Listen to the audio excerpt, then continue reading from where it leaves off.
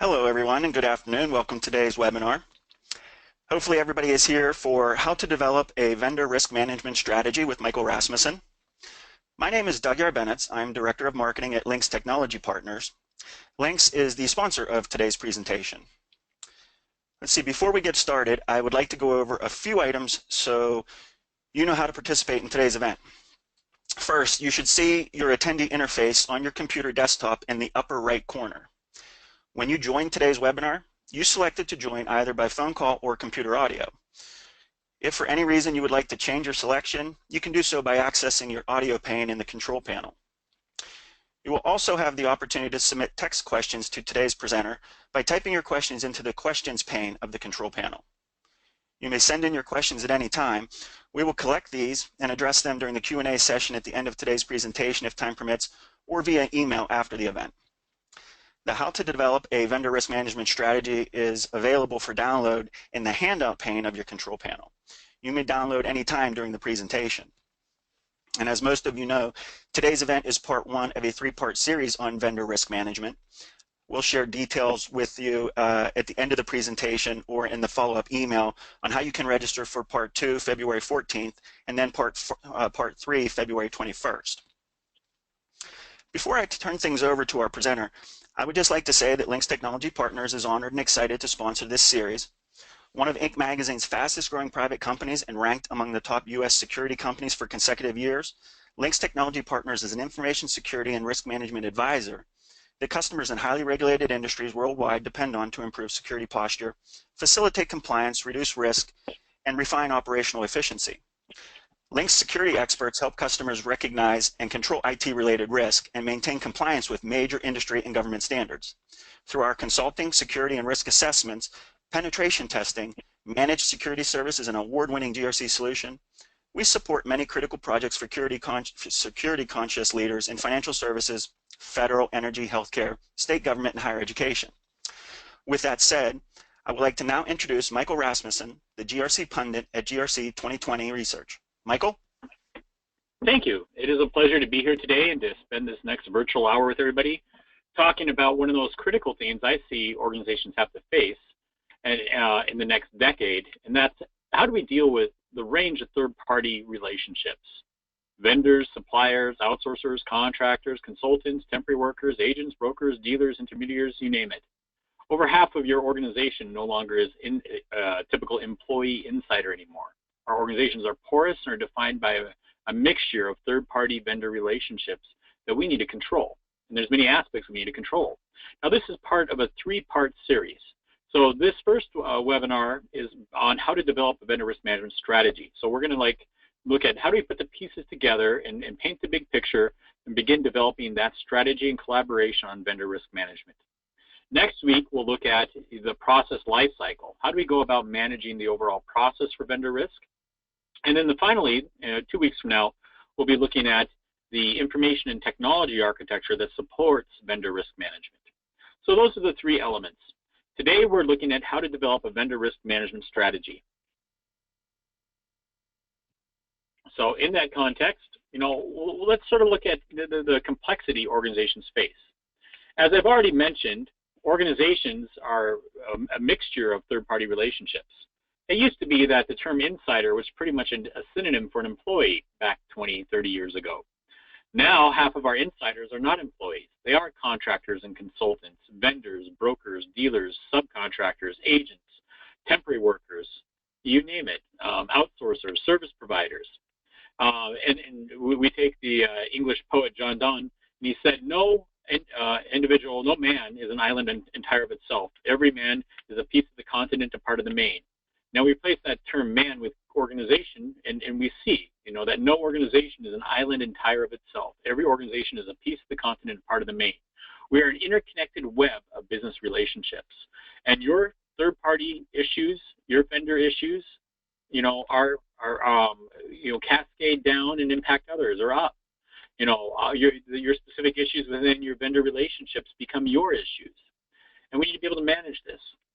We're seeing a significant number of breaches and cases that are specifically related to information security. I'll get to that in just a second, though. But Leonardo da Vinci stated, building on that previous thought I had from John Donne, is that realize that everything connects to everything else. We live in an interconnected world. The organization is not defined by brick and mortar walls.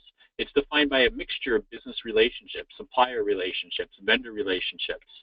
And when there's something that goes bad in one of those relationships, it's your brand that bears the reputation and risk on this. We live in an interconnected risk environment where there's lots of risks and exposures, as well as interconnected relationships and transactions that organizations need to monitor closely, manage, and make sure that risk is mitigated properly and regulations are complied with. Now, when we look at third-party risk, vendor risk, there's a wide range of risks that organizations face. Bribery and corruption, such as U.S. Foreign Corrupt Practices Act, UK Bribery Act, the OECD Bribery Convention. Business continuity risks in our vendor relationships and supply chains. Code of conduct and ethics. You know, I spent some one time drafting a supply chain code of conduct for a Fortune 100 company and reviewing their existing one, which their existing one was very, very poorly written. You know, it was written in the passive voice, not the active voice, long, complex paragraphs. It was going out to an international audience. Predominantly, most of them were not native English speakers, and just didn't make sense. But we have code of conduct, vendor code of conduct, supply chain code of conduct, and ethics that we have to communicate. We have issues of conflict minerals, being able to trace 3TG, tin, tantalum, tungsten, and gold, all the way down our supply chains to the source, smelter, and mine, and report on it as part of the Dodd-Frank Act, Section 1508, I believe it was, and to determine if they're coming from the Democratic Republic of the Congo or 9 surrounding countries that are known for crimes against humanity. And now the European Union has similar legislation.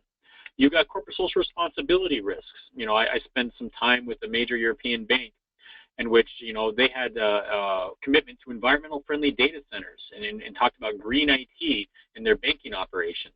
And one of their challenges was, how do we make sure that our outsourcers and service providers that we contract with and actually run and maintain these data centers, that they have the same green commitment. So corporate social responsibility, the environmental impact, geopolitical risks around the world, health and safety risks. You know, it was a few years ago that we saw a lot of health and safety incidents in the vendor and supply chain area, like the garment factory collapse in India 2 to 3 years back. Human rights, trafficking, and slavery, dealing with things like the UK Modern Slavery Act, import and export compliance, labor standards, international labor standards, dealing with child labor, forced labor, working hours, wage and hour, operational risk, quality risks in our supply chain and vendor relationships, regulatory compliance, physical security. But, you know, the two I skipped over there, which is the heart of our message today, we have things of information security and privacy risks. The range of, you know, security risks and exposure of sensitive data and privacy risks of confidential, like protected health information, protected financial information, those types of things. And those, when we look at a lot of the breaches, there's a lot that are around information security and privacy, and there's a lot that are specifically around third-party vendor-type risks. You know, one of the predominant ones that I often talk about is the Target breach. That was like 3 years ago. It was announced. You know, the point-of-sale systems across Target were compromised. Millions of credit card numbers stolen, including 2 of my own. And the doorway into that was an HVAC vendor, a heating and air conditioning vendor that had a legitimate connection to the Target network, was compromised by a hacker. And this heating and air conditioning vendor had a connection to the Target network for environmental monitoring. The hacker broke into Target, broke into point-of-sale systems, and stole millions of credit card numbers.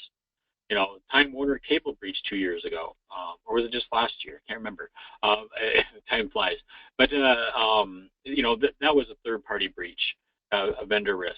You know, time and time again, we're seeing that a lot of the breaches of confidential and protected information are actually coming from third parties and vendors. So we need to lock that down.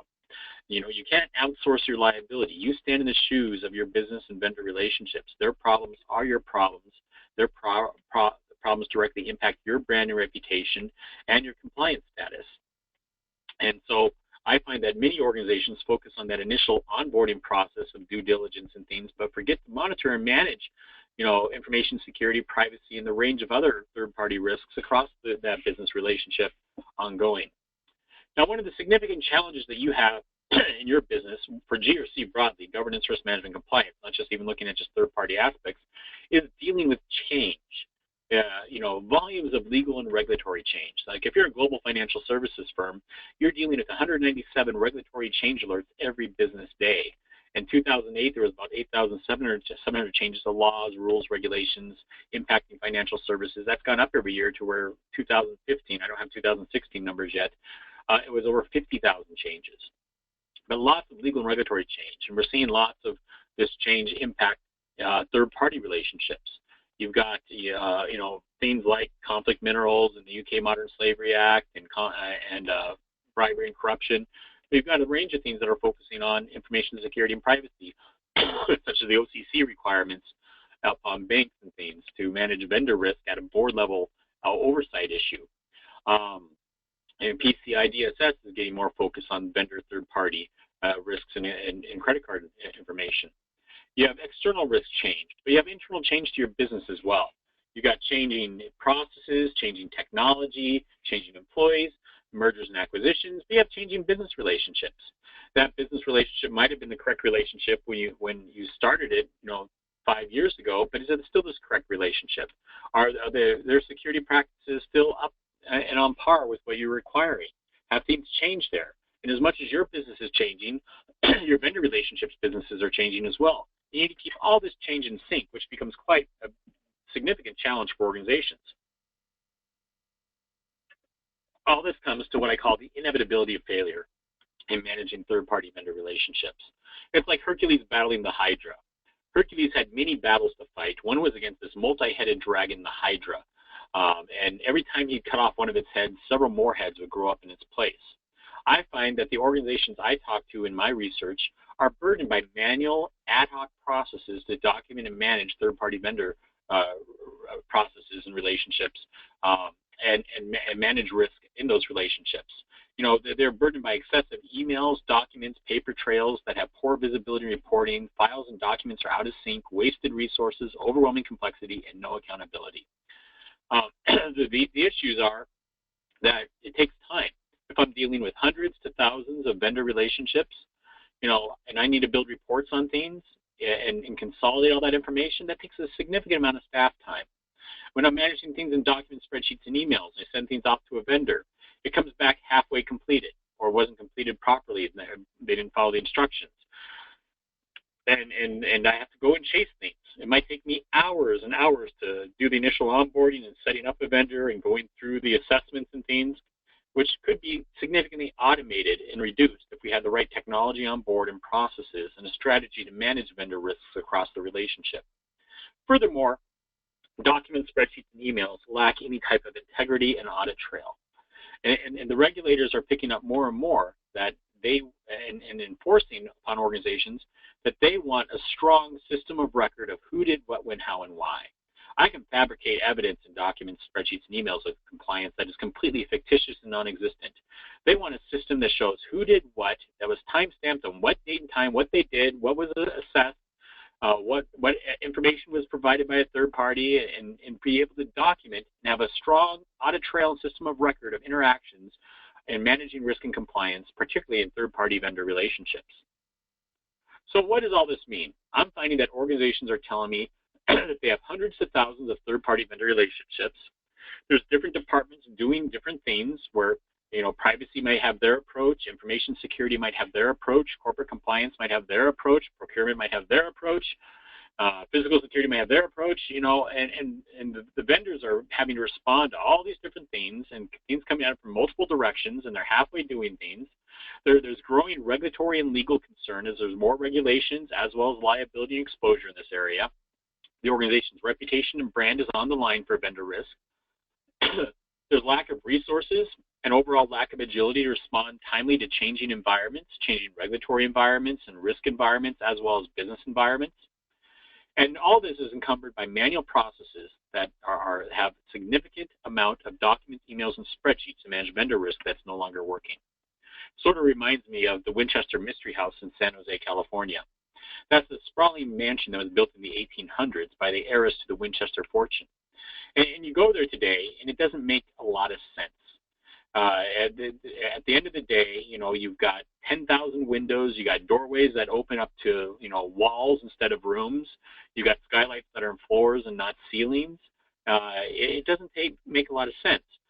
But it was built over 38 years by 147 different builders, and with no design, no blueprint, and no architect. This is how a lot of organizations are managing vendor risk. Over the last couple decades, you might have had 147 different, roles managing vendor risk in different ways, in different formats, and adding their little piece to the puzzle, but nobody's stepping back and say, how do we design this? How do we build a strategy for vendor risk management from the top down and make this more efficient and effective and agile in the organization? So the question I have for you, can you attest to the governance, risk management, and compliance of your organization's extended business relationships? Are you effectively governing vendors of your organization? Are you managing risk of those vendor relationships? Are you complying with the regulatory as well as legal duty of care and things like that requirements that are needed? The typical response I get from organizations is they tend to look at the formation of a third-party relationship and fail to foresee issues that cascade and cause damage to reputation and exposure to legal and operational risk throughout the ongoing relationship. Now, there's lots of different departments that are managing vendor relationships. There's the line of business, there's IT security, procurement, operational risk, quality, health and safety, HR, environmental, legal and compliance, project, the finance and treasury and accounting department, all have vendors.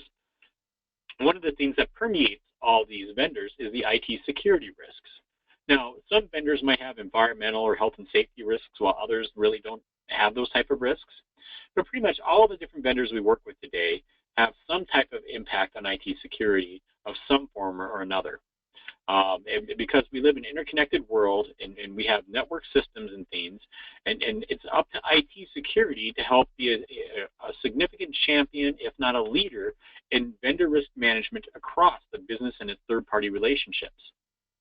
So the organization has to be able to see the individual tree as well as the forest. What I mean here is that they need to be able to see the individual vendor relationship and its exposure upon the organization, as well as the interconnectedness of relationships and the aggregate risk that these relationships bring to the organization, particularly in the case of information security and privacy in the context of our webinar today.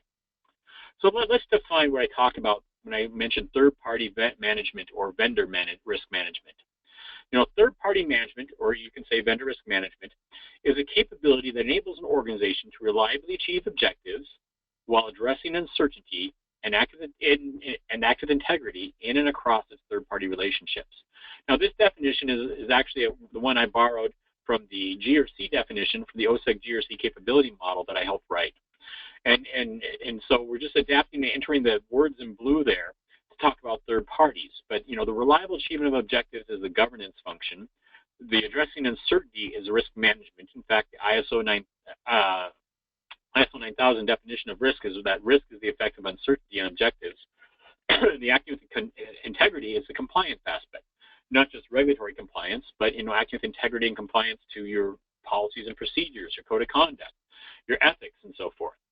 Now, when we look at third-party and vendors in the organization, they need to be properly governed. Those third-party business relationships are there for a very specific purpose, and we need to govern those relationships to make sure that they're achieving that purpose, that we're achieving those objectives. But in the course of that vendor relationship, we also need to make sure that risk is being managed properly, and we're addressing uncertainty and exposure within the risks in that relationship. And finally, we do need to make sure that we act with integrity and compliance as well, and that our supply chain or vendor code of conduct is being followed, regulations and things like OCC requirements or PCI DSS and things are being followed as well. And we need to make sure that we have the reliable achievement of objectives while addressing and asserting acting with integrity across our vendor relationships, and that's the goal of a vendor risk management program. Now, when we look at different organizations and how they approach vendor risk within their organizations, there's some that tackle things at a very specific risk and regulatory issue. I need an approach to help me with the U.S. Foreign Corrupt Practices Act, or PCI DSS requirements, or OCC requirements in banking for vendor risk management. They're very focused on very specific regulatory requirements from a very specific regulation. Then, you can have an overall department focus. I'm in the IT security department. I'm the Chief Information Security Officer. I need an approach with support and overall strategy to help manage vendor risks across the information security concerns across the business. Then you can get to division, business unit, enterprise, where information security could be collaborating with health and safety and legal and procurement and corporate compliance and ethics and other departments to ensure that information security is being integrated and properly represented in third-party and vendor risk management in the context of other concerns like bribery and corruption and conflict minerals and human trafficking and health and safety and the range of other ones. Now, what I ask you here is, what is your approach? Does your organization have a distributed vendor risk management program where you have disconnected departments managing vendor relationships in different ways with little or no collaboration with other departments? Or does your organization have some type of federated vendor management program where you have an integrated approach that balances vendor management centralization with distributed participation and collaboration across the organization? You know, where different departments are working together collaboratively to come together and build out an overall strategy and process to manage vendor risk across different areas of risk concern.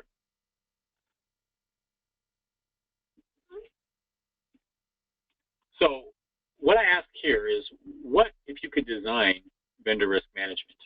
If you could wipe the slate clean and do away with the hundreds to thousands of documents, spreadsheets, and emails and manual processes, what would vendor risk management look like within your organization?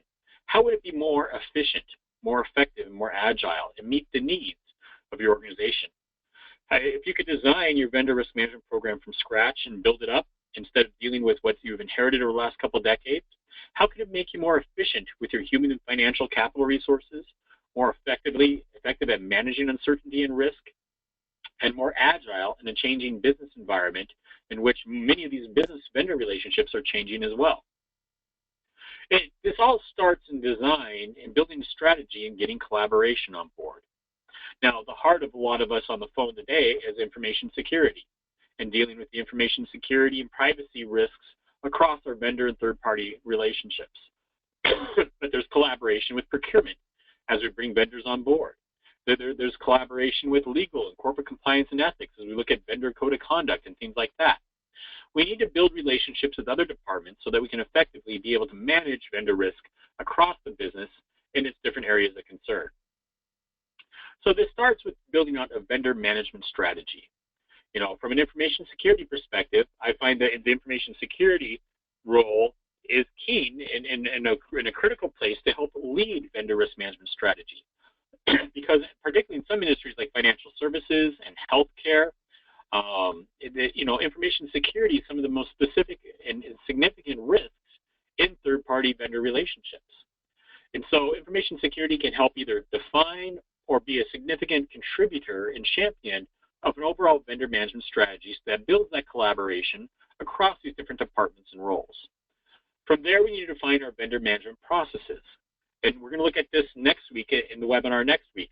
But how do we manage the onboarding process and making sure that the vendors, that we understand the risk and exposure they're bringing into the relationship and that it's not unwarranted, unwanted risk, that they properly understand the vendor code of conduct and attest to that.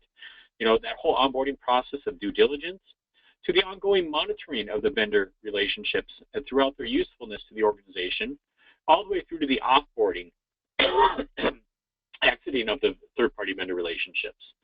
Then we're going to look at that in more detail next week, that second piece. And then in 2 weeks from now in the webinar, we're going to look at the information and technology architecture to support the overall strategy and process for vendor risk management. But to build a vendor management strategy, it means that we need to get different departments on board.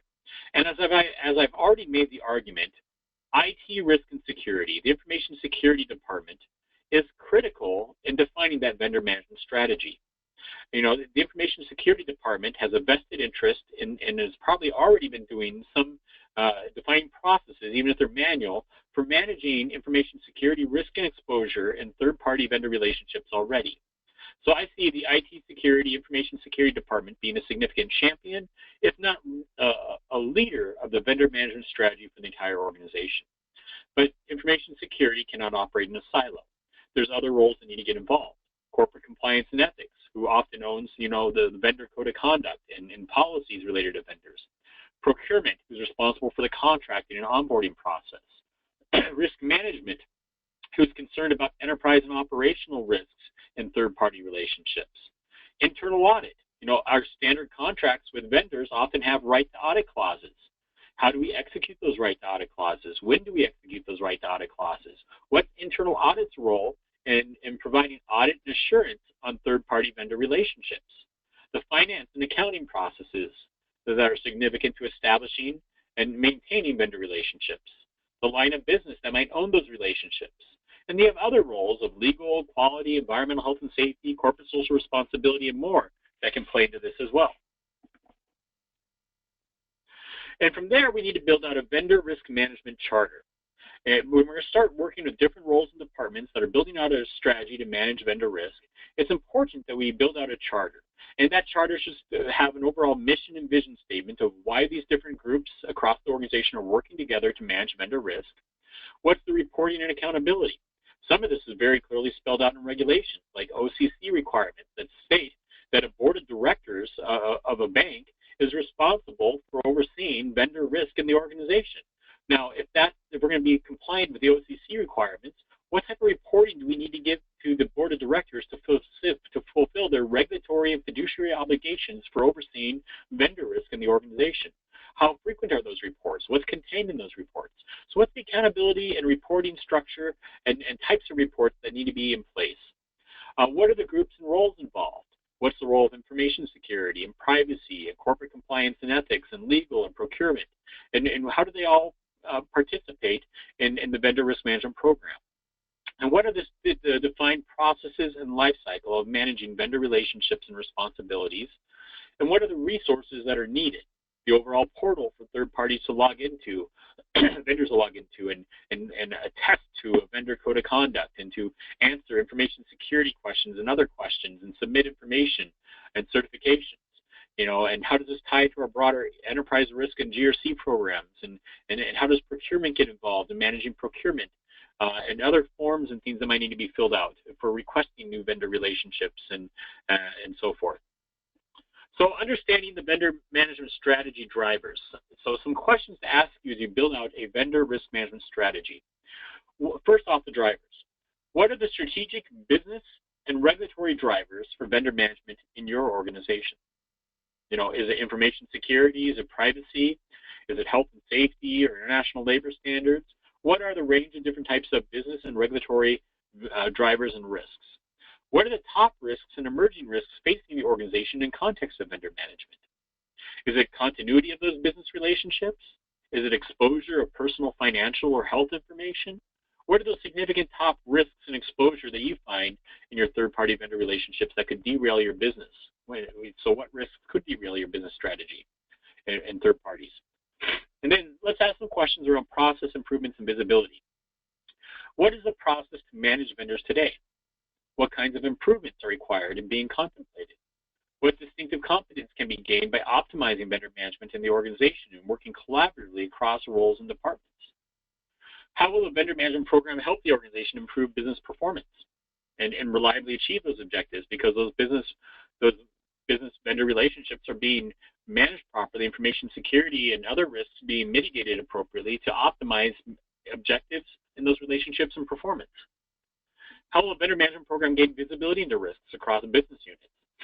Now, and then finally, let's look at some questions around the vendor risk management governance, team, and collaboration. Who are the current executive sponsors for your vendor risk management program? How are they engaged to work collaboratively on vendor risk? What culturally and organizationally will need to change to meet the vision of your short-term and your long-term vision for managing vendor risk across the organization? Maybe you're starting a program today and you're focused a lot on information security and privacy, but you want to see your implementation expand to cover other areas of international labor standards and human rights and trafficking and quality and health and safety and other elements. What's the scope and vision that you have today in the short term and, like, say, the next 12 months versus 3 years from now and the expansion of it? What kinds of skill sets are required to meet that vision? What other stakeholders could or should be driving the program and need to be involved? Who's willing to work with you today?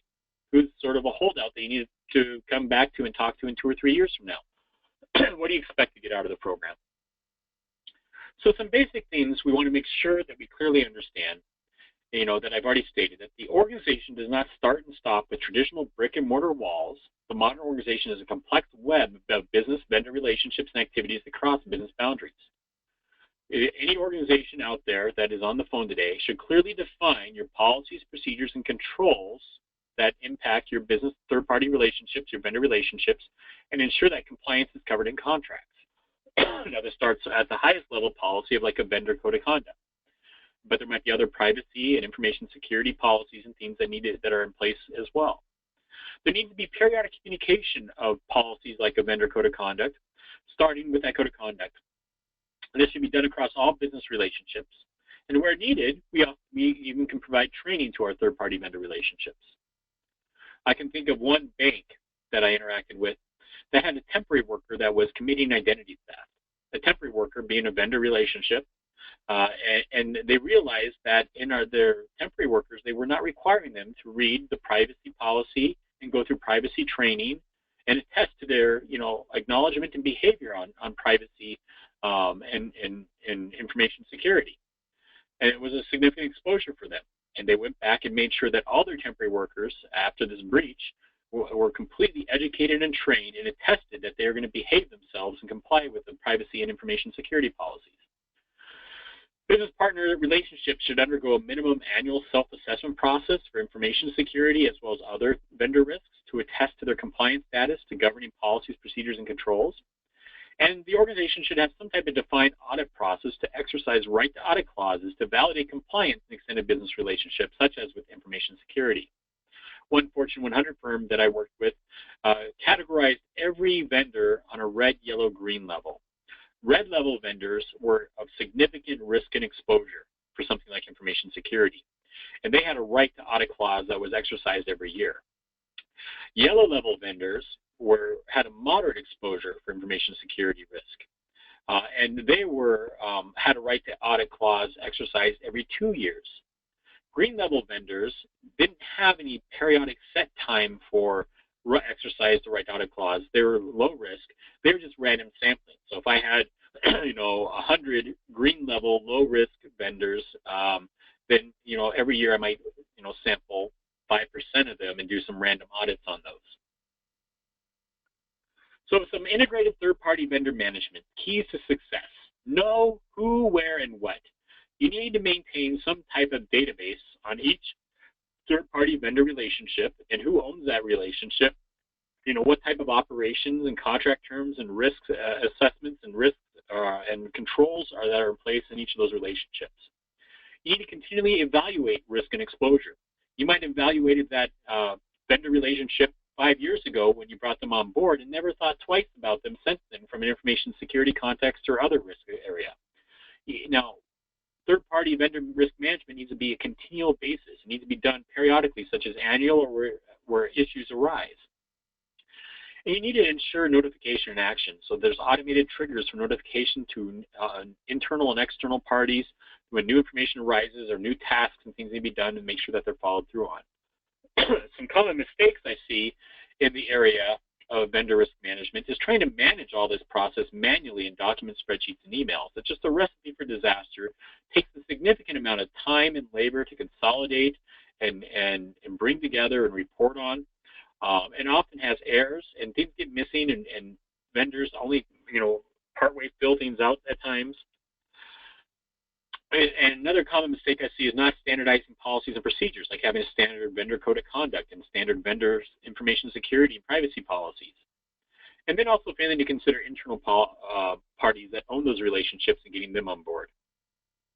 So managing third-party vendor risks and relationships, if we provide contextual intelligence that brings this together, there's 6 things that should help us make vendor risk management much more efficient, effective, and lean in our organizations. The very first one is we become more aware. We have our finger and pulse on the business.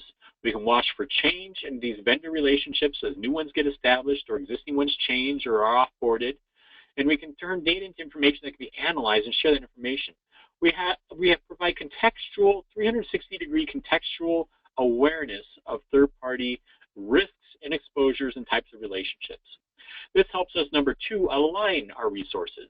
Where is our risk exposure the greatest? What vendors have caused us the greatest risk exposure? How can we address those? How can we work collaboratively with other teams and other departments in the organization to more effectively manage different types of vendor risk within the organization? Maybe we originally built something for information security for vendor risk management, but that same tool could be help automate processes for health and safety or international labor standard risks in those vendor relationships that are still relying on manual paper trails and document processes. We have a strong vendor risk management program. We should become more responsive. We should quickly be able to identify where there's issues and contain those issues before they become bigger issues in the organization. This helps us become more agile in a changing dynamic business environment. We can become more competitive in our environment because we manage our vendor risks more effectively than our competitors do in a way that keeps up with a constantly changing business and regulatory environment. This makes us much more resilient. When there are issues, we can contain them and bounce back quickly with much more minimal impact and loss upon the organization. And number 6, if we're doing this effectively, it should make it more lean for our organization, that we're more efficient in the use of our human capital, our time and FTEs, as well as financial capital invested into the vendor risk management processes. So I'd like a couple of things to note here is that I offer complimentary inquiry to organizations that are looking for solutions for vendor risk management and other GRC-related solutions. I'm happy to answer your questions via email or phone call. And I also get involved in a lot of RFP development and support and have a significant RFP template that has several hundred requirements in the area of third-party vendor risk management, as well as other templates for other GRC areas. I'd like to also point out that we do have, this is just the first webinar in a series of 3. The second one will be next week on February 14th, and to cover vendor risk management from how do you define a process lifecycle. So today we looked at a lot of the strategy. Next week we'll look at the process from the onboarding to the ongoing management to the lifecycle of the relationship to the offboarding. And then part 3 will be in 2 weeks. How do you design an architecture, an information technology architecture to support vendor risk management? So with that, I'd like to turn this back over to our host today, Lynx, to help us through the Q&A process.